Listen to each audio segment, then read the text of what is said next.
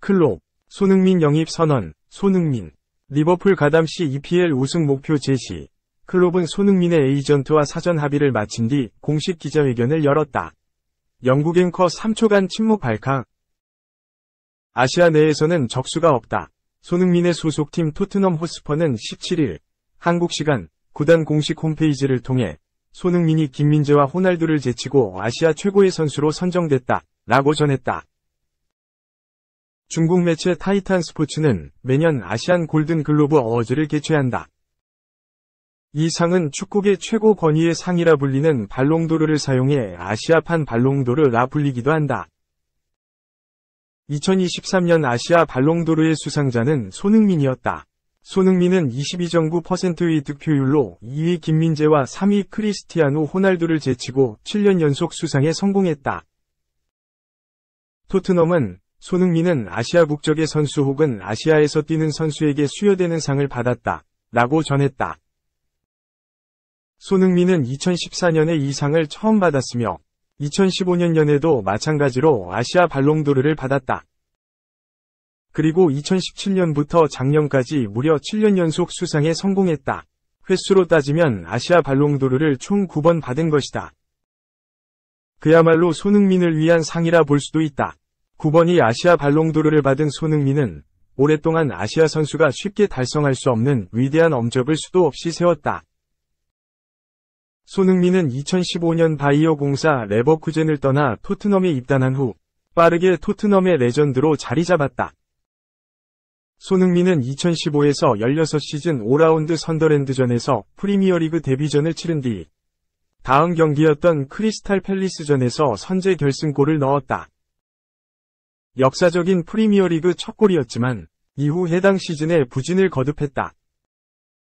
리그 28경기에 나서 4골에 그치며 입지가 좁아졌다. 시즌이 끝난 후에는 볼프스부르크 이적설이 돌기도 했다.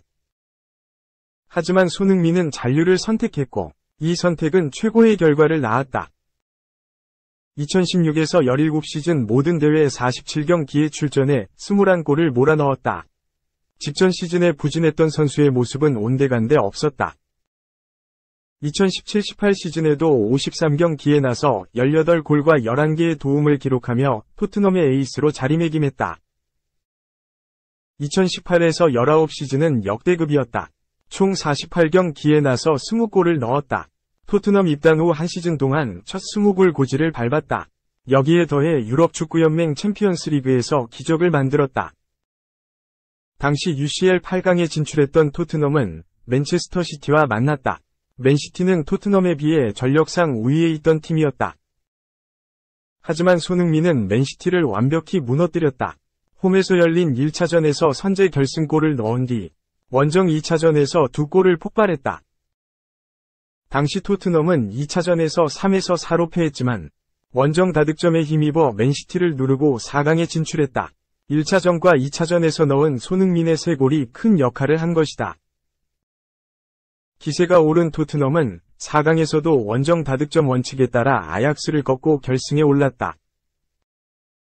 1차전에서 경고 누적으로 결장한 손흥민은 2차전에 출전하며 토트넘의 결승행에 힘을 보탰다. 당시 토트넘은 어려운 순간에 놓여 있었지만 루카스 모우라의 기적같은 해트트릭에 힘입어 결승 진출에 성공했다. 이후 토트넘은 결승에서 리버풀을 만났다.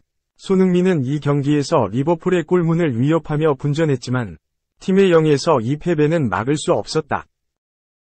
손흥민은 해당 시즌 이러한 활약을 바탕으로 아시아 발롱도르를 차지했을 뿐만 아니라 진짜 발롱도르 22위에 오르는 기염을 토했다. 그 다음 시즌이었던 2019에서 20 시즌에는 아시아 발롱도르뿐만 아니라 국제축구연맹에서 주관하는 푸스카스상을 받았다. 푸스카스상은 한 해 동안 가장 멋진 골을 넣은 선수에게 주는 상이다. 손흥민은 2019에서 20 시즌 잉글랜드 프리미어리그 16라운드에서 벌리를 만났다. 그리고 전반 32분 토트넘 박스 근처에서 볼을 잡은 뒤 엄청난 질주를 선보였다. 빠른 스피드와 순간적인 방향 전환을 활용해 무려 8명을 제친 뒤 벌리의 골망을 갈랐다. 결국 손흥민은 이 원더골로 푸스카스상을 받게 됐다. 2020-21 시즌에는 51경기에 나서 22골과 17도움을 기록했다. 손흥민은 명실상부한 토트넘의 에이스로 거듭나고 있었다. 프리미어리그 2라운드 사우스햄튼전에는 홀로 4골을 넣는 대활약을 펼치기도 했다. 해당 시즌이 끝난 후엔 토트넘과 재계약을 맺었다. 손흥민은 현재 토트넘과 2025년까지 계약돼 있다. 2021에서 22 시즌에는 무려 프리미어리그 득점왕을 차지했다. 모하메드 살라와 함께 공동 득점왕에 올랐다. 손흥민은 프리미어리그 마지막 라운드에서 노리치 시티를 만났다. 당시 손흥민은 살라에 비해 한 골이 밀려있던 상황이었다. 하지만 멀티골을 넣으며 득점왕을 완성했다. 비록 살라가 같은 시간에 펼쳐진 경기에서 한 골을 추가하며 공동 득점왕에 올랐지만 분명 대단한 성과였다. 손흥민은 결국 2022년 발롱도르 11위라는 역대급 순위를 기록했다. 그리고 손흥민은 이번 시즌을 앞두고 토트넘의 주장 완장을 찼다. 엔제 포스테코글루 감독은 위고 유리스의 뒤를 이어 새로운 주장으로 손흥민을 선택했다. 손흥민을 주장으로 임명한 토트넘은 시즌 초반 고공행진을 달렸다. 무려 8승 2무를 거두며 잠시 리그 선두에 오르기도 했다. 이후 주축들의 부상으로 토트넘의 기세는 한풀 꺾였다. 그럼에도 손흥민의 활약은 꾸준했다. 손흥민은 이번 시즌 리그 20경기에 출전해 12골을 넣었다. 시즌 초반에는 바이에른 뮌헨으로 떠난 해리 케인의 빈자리를 메우기 위해 히샤를리송이 토트넘의 최전방을 맡았다. 하지만 히샤를리송은 부진을 거듭했고 결국 포스테코글루 감독은 손흥민을 최전방에 배치했다. 이 선택은 곧바로 효과를 봤다. 손흥민은 최전방 공격수로 선발 출전한 벌리전에서 해트트릭을 폭발했고 이후 토트넘의 최전방을 담당했다. 여기서 토트넘의 질주가 한풀 꺾이자 손흥민은 다시 원래 포지션인 측면 공격수로 이동했는데 측면 이동 후 첫 경기였던 뉴캐슬 유나이티드전에서 한 골과 2개의 도움을 기록했다. 현재 손흥민은 지난달 31일에 있었던 프리미어리그 본머스전 득점을 끝으로 잠시 토트넘을 떠나 있다. 아시아 축구연맹 카타르 아시안컵 출전에 앞서 마지막으로 치른 경기였다. 앞으로 최대 6경기가량 결장할 수 있어 손흥민은 위르겐 클린스만 감독이 이끄는 대한민국 축구대표팀에 합류하기 전까지 토트넘의 승리를 안기겠다는 강한 의지를 잘 보여줬다. 더구나 본머스전 직전 브라이튼 앤 호브 알비온에 패한 분위기도 바꿔야 했다. 경기 시작과 함께 왼발 논스톱 슈팅을 시도하며 득점을 노렸던 손흥민은 이날 총 37회의 볼 터치를 했다. 평소보다 볼을 만지는 시간은 적었으나 31번이 패스를 시도해 30번 성공하는 높은 적중률을 과시했다. 해결사 역할도 확실하게 했다. 다소 불안한 한 골 차이 리드를 확실하게 굳히는 마무리 능력이 대단했다. 박스 안왼쪽을 깊숙하게 파고든 손흥민은 다소 각이 없는 상황에서도 반대편 골문 상단에 꽂는 결정력을 잘 보여줬다. 이를 통해 손흥민은 맨체스터 시티전에서 골을 뽑아낸 로 셀소, 아스널과 북런던 더비에서 득점한 여자팀의 마사 토마스를 제치고 12월의 골 주인공이 됐다. 손흥민이 이번 시즌 이달의 골에 선정된 건 3번째다. 지난해 9월 아스널전, 10월 크리스탈 팰리스전으로 2달 연속 수상의 기쁨을 아는 바 있다. 이처럼 손흥민은 이번 시즌 토트넘이 필요할 때마다 자신에게 부여된 임무를 적절히 수행했다. 이에 따라 결국 2023년에도 아시아 발롱도르를 가져가며 무려 9번째 수상을 기록하게 됐다. 한편 손흥민에 밀려 아쉽게 2위를 차지한 선수는 김민재였다. 김민재는 그야말로 최고의 한 해를 보냈다. 2022에서 23 시즌을 앞두고 나폴리에 입단했다. 유럽 빅리그 데뷔 시즌이었지만 김민재에게 적응기는 필요 없었다. 김민재는 강력한 신체 조건과 뛰어난 수비 지능을 바탕으로 나폴리의 핵심 수비수가 됐다. 모든 대회 45경기에 출전해 2골과 2개의 도움을 기록했다. 시즌이 끝난 후에는 이탈리아 세리에 A 최고의 수비수를 차지했으며 나폴 엄청난 시즌을 보낸 김민재는 시즌이 끝난 후 바이에른 뮌헨으로 이적했다. 그리고 곧바로 뮌헨에 주전을 꿰차며 놀라운 활약을 선보이고 있다. 나폴리는 김민재의 활약에 힘입어 33년 만에 세리에 A 우승을 차지했다. 김민재는 나폴리 시절 활약을 인정받아 유럽 5대 리그 입성 한 엄청난 시즌 만에 바이에른 뮌헨으로 적을 옮겼다.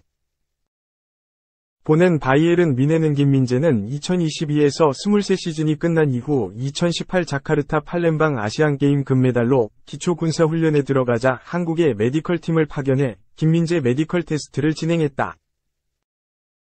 토마스 투엘 감독도 김민재에게 연락해 바이에른 뮌헨 이적을 설득했고 5천만 유로, 약 715억 원의 김민재 영입을 확정했다.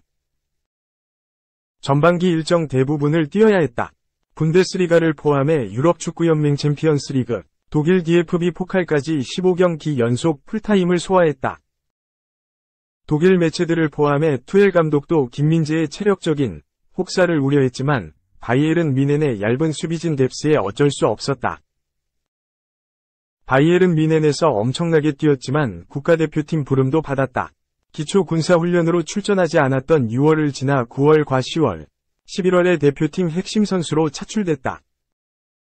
지난 9월 영국에서 웨일즈와 사우디아라비아를 상대한 데 이어 10월엔 티니지와 베트남을 상대로 뛰었다. 11월엔 국제축구연맹 2026 북중미 월드컵 아시아 지역 2차 예선을 위해 싱가포르와 홈경기, 중국 원정 경기에 출전해야 했다. 혹사에 가까운 출전에 100% 집중력을 유지할 순 없었다. 잠시라도 삐끗하면 김민재에게 날카로운 시선을 쏟아냈다. 독일 전설 로타어 마테우스는 지난 10월 독일의 스카이 스포츠 독일을 통해 김민재는 아직 우리가 기대했던 것만큼 가까이 있지 않다. 바이에른 뮌헨의 불확실한 요인 중 하나다. 이제부터 분데스리가에 익숙해져야 한다. 이탈리아에서 받았던 좋은 평들이 있었지만 아직 내 기대에 부응하지 못하고 있다. 라고 지적했다. 독일 언론 평가도 냉정했지만 바이에른 뮌헨은 김민재를 감쌌다. 바이에른 뮌헨의 크그리스토프 프로인트 단장은 지난 몇 달 동안 모든 경기에서 풀타임을 뛰었다 소화했다. 여기에 대한민국 대표팀으로 뛰기도 했다. 김민재는 지쳤고 한계에 달했다. 인간이라 집중력을 잃은 것 같다. 고 말했다. 몇몇 비판에도 김민재는 나폴리에 이어 바이에른 뮌헨에서도 핵심이었다. 2023년 축구선수 개인에게 주어지는 최고의 사인 발롱도르 후보에 올라 전 세계 시선을 받기도 했다.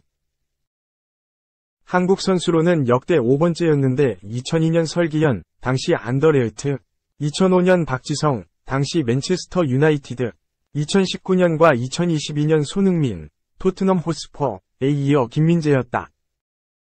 발롱도르 주관사, 프랑스 풋볼에 이어 유럽지, 레키프도 김민재를 주목했다. 매체는 김민재가 발롱도르 최종 후보 30인에 뽑혔다. 2022에서 23시즌 나폴리에서 탁월한 후방 빌드업과 강한 피지컬로 공중볼 다툼 등 모든 지표에서 우수한 경기력을 보였다.